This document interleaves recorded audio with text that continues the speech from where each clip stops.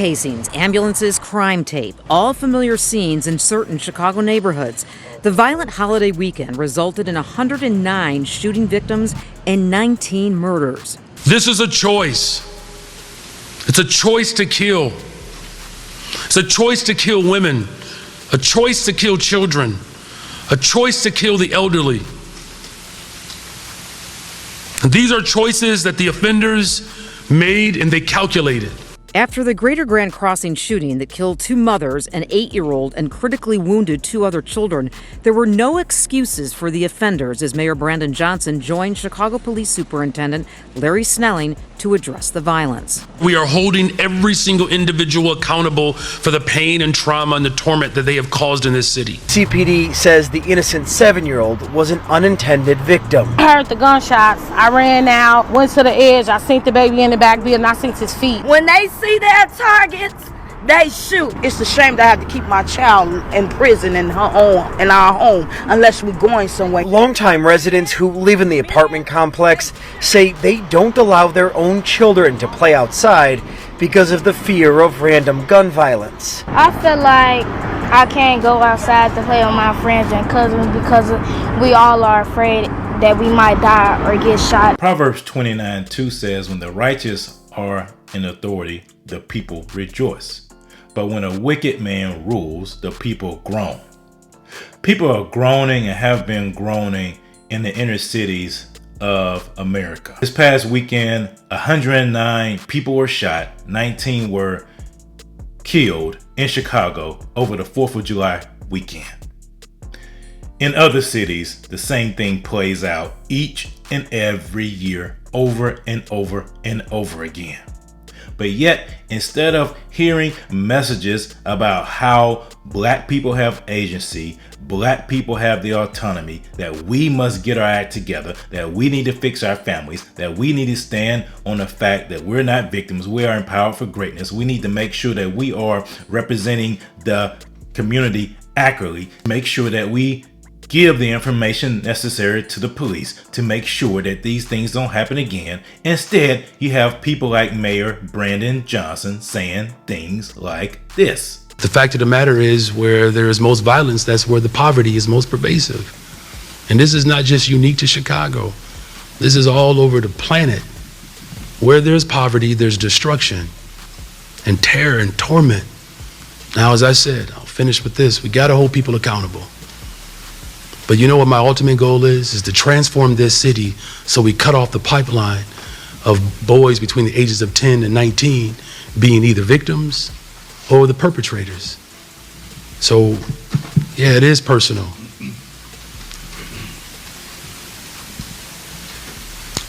Black death has been unfortunately accepted in this country for a very long time. We had a chance 60 years ago to get at the root causes. And people mocked President Johnson. And we ended up with Richard Nixon. I'm gonna work hard every day to transform this city. That's what it takes to build a better, stronger, safer Chicago. And I need everybody to step up and help us do that. Okay, that is a flat out lie. Number one, you can't equate what happened in the local municipalities to the presidency. I know where he's getting at. He's trying to say that Richard Nixon came in with a law and order and stopped the progress of the civil rights movement. Well, what he missed was that, yes, it could have been prevented if people would have adopted the Daniel Patrick Moynihan plan, the one that wanted to invest in Black men, invest in the nuclear family, invest in the biblical order. Yeah, that plan. Because Daniel Patrick Moynihan had himself come up from poverty, and he saw, well, and stop blaming poverty, because Black people were in poverty in the 30s and 40s, and there was no issues like this. You didn't have this widespread crime of elderly people being afraid to walk down the streets. You didn't have this that many years ago. I wonder why you didn't? Because you had intact families. You had families, you had fathers in the home. People had respect for the community. People had respect for their elders. There was a sense of unity within the community. That sense is gone because of your hero you just referenced, Brandon Johnson, who implemented that Great Society program that kicked dads out the house, that incentivized women to have multiple children with different fathers, that inserted the government into the Black family, into the family dynamic in the communities, that kept people in these high-rise prisons that I call these high-rise projects in Chicago, Cabrini Green, some of those other ones. It kept doing that. And therefore, what that did, that created, see, those seeds are now producing fruit. And they've been producing fruit for the last 20, 30, 40 years. Because what that has done, that has created a generation and multiple generations of young boys who are aimless, who have no goals, who have no vision, who do not value life because their father was not home. They do not value life because they have not been preached the true gospel. And this is where I turn my attention to black pastors.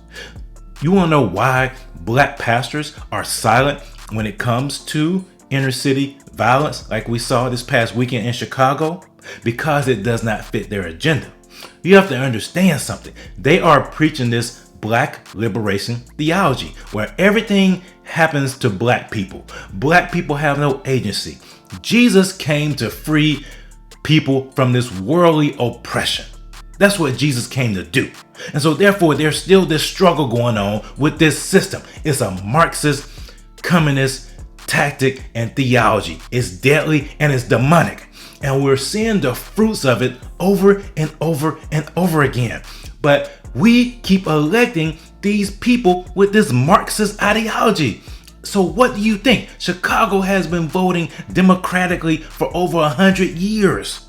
For over 100 years almost. So what do you expect? What do you expect when you push a demonic ideology into the inner city? The inner city is the petri dish for these people. This is where they experiment. This is where they're doing their social experiments. And black people are the guinea pigs. And you want to know who they use to push this stuff? Black pastors in the inner city. They are the church plants. They are the ones who are there to sabotage the black community because they do not stand up to things like this. They do not stand up and say, no, we must stop killing our babies. We must stop aborting our future because what we're doing, we're creating an atmosphere. You have created an environment, an atmosphere, a spirit of death, a spirit of black death reigns in the inner city. So therefore, you're going to constantly have things like this happen. But instead of pastors really saying stuff about this, you have this Chicago pastor talking about Joe Biden and Donald Trump. Will we fight to ensure that every returning citizen has full citizenship rights after they've served their time in prison? Since democracy is on the ballot, will we seek to abolish the penal system of incarceration that is destroying our community? No. The penal system of incarceration is not destroying your community, sir. It is the lack of fathers being present in the home. It is the lack of a true biblical foundation being present in the community. It is the lack of a sense of unity being found in the community. It is the allowance of this black death by promoting abortion in your community, sir, that is leading to the destruction of the community. And you don't want to talk about it because you are being controlled by your liberal puppet masters. You don't want to speak against things that will really impact and help the black community. So therefore you talk about these things that only help the Democratic Party but do nothing to help the black community. Nothing. Democracy is on the ballot. Will we vote to protect our right to vote across this nation? Conservative legislators are passing laws to restrict voting rights and gerrymandering districts to dilute black political power. Since democracy is on the ballot, will we fight to protect this planet as we are seeing the effects of climate change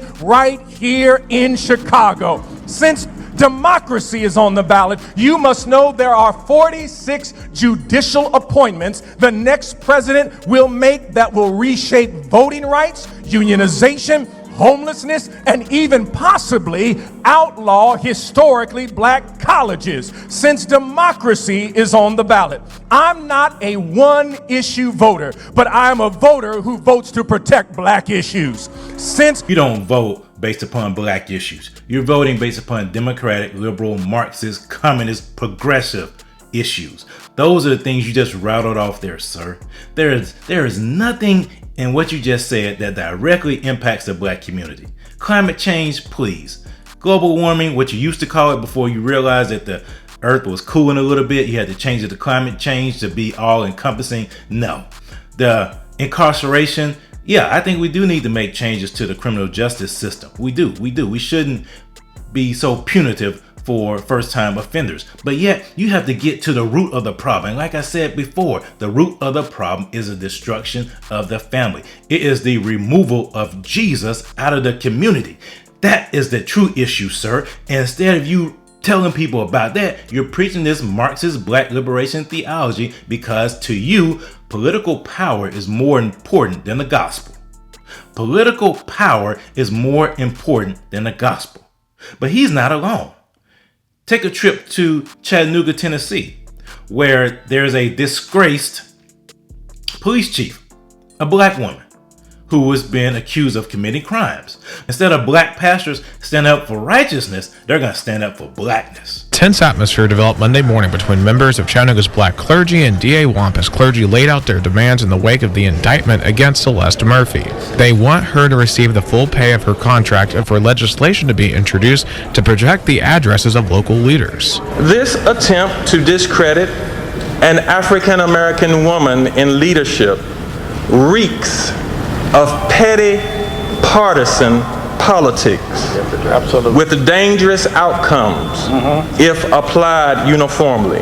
In their view, Murphy never got a fair chance as chief. Chief Murphy, who joined our community with high hopes a few years ago, has faced resistance and hostility from some quarters almost immediately from the start of her historic appointment.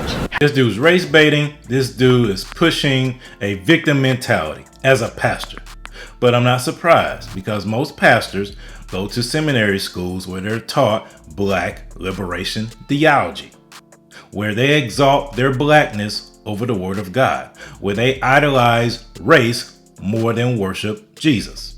That's a fact of the matter. Immediately after the call to action, District Attorney Cody Wamp responded to the clergy, calling the religious leaders opportunistic and claims they don't care about justice.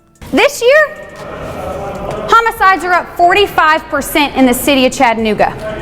This year, 82% of homicides in this city claim the lives of black men. Of all that have been cleared, every single one is a black perpetrator. I do not recall a press release or a press conference in which you call for a ceasefire in your own community. Wamp explained she cannot comment on the former chief's charges because she was not involved in the investigation. She ended her rebuttal saying she believes the clergy members care more about Murphy's indictment than the lives of black citizens. When this group of people begins to take care of their community and love on their community so that we see a decrease in violent crime, I will begin to respect them. Until then, do not come down to this courthouse and race bait. This is not about race. This is not about race. We never said anything about race. I have nothing further to say. Whoa, that DA put those clergy members in their place. But unfortunately, she's correct. Most traditional black pastors have more concern about optics, more concern about protesting, more concern about being agitators, more concerned about being activists than really doing the hard work necessary to bring true change. They don't care about their community. They don't. And she was bold enough to say what a lot of people are thinking. A lot of people are thinking what she said. A lot of people are thinking, you don't have respect for your own community. You didn't call for a ceasefire. You didn't call for a truce. You didn't want to improve the conditions in the community so that black men are not being killed at that rate that she mentioned. And so therefore we have to take a hard look in the mirror, especially black pastors, because the reason why you are silent on these inner city crime issues is because it does not fit your agenda of the black liberation theology. It does not fit your agenda of the Marxist victimization of black people. That's the heart of the matter. And until that changes, we're going to continue to see more and more episodes like we've seen in Chattanooga, like we've seen in Chicago, St. Louis, and everywhere else that is full of black pastors. They have black churches on every corner. But like I said before, they are church plants. They are there to sabotage the black community. We're not victims. We are empowered for greatness.